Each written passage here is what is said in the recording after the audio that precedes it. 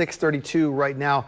This morning, a woman in southern Maryland is out thousands of dollars after she was offered what she thought was a $50,000 government grant. WMAR 2 News' Mallory Sofastaei shows us what happened, because if it matters to you, it's a matter for Mallory. Government grants are not meant for individuals. They're for the greater good, nonprofits, researchers, community leaders. Even so, more than 6,000 people took the bait last year and lost a combined $8.5 million to grant scams. It started with a message from a Facebook friend.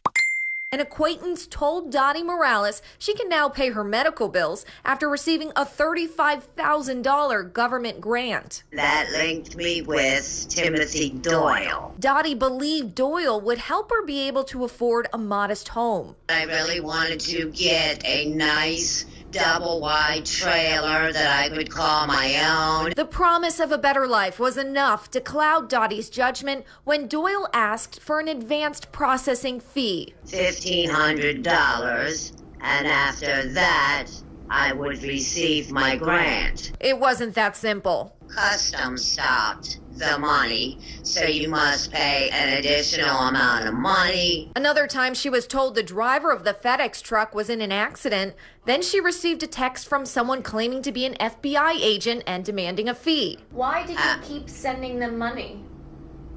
Because he kept asking me to trust him. Trust him. This wasn't a scam. He was a man of God. He wouldn't lie to me. Dottie was so deep into the scheme and wanted so desperately to believe the money was on its way. She even cooked dinner for Doyle and waited for his arrival. That was when he did not show up again, and I was heartbroken. Is this Timothy Doyle? That's him. And you're saying he had a really thick accent? Yes. A quick reverse Google image search showed this wasn't Timothy Doyle. It's a photo of Bill Grant, a former Minnesota Department of Commerce official.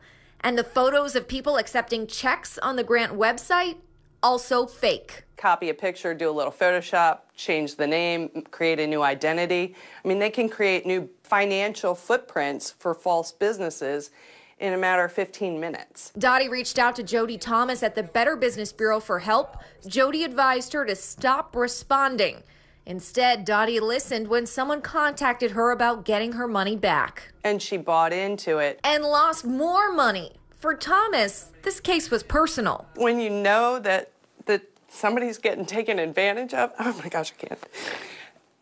And we're talking over the phone. It's like, you know, we want to get in our car and ride down and tell her, you know, Dottie, this, you know, please stop communicating. Dottie lost her retirement savings, maxed out 2 credit cards, and the financial devastation and deceit has affected her confidence. Definitely, I'm very leery and very cautious now every time I deal with people. Dottie believes her Facebook friend's account was cloned. She's filed claims with Western Union, MoneyGram, and the credit card companies, but hasn't received a dollar back from the $30,000 she lost.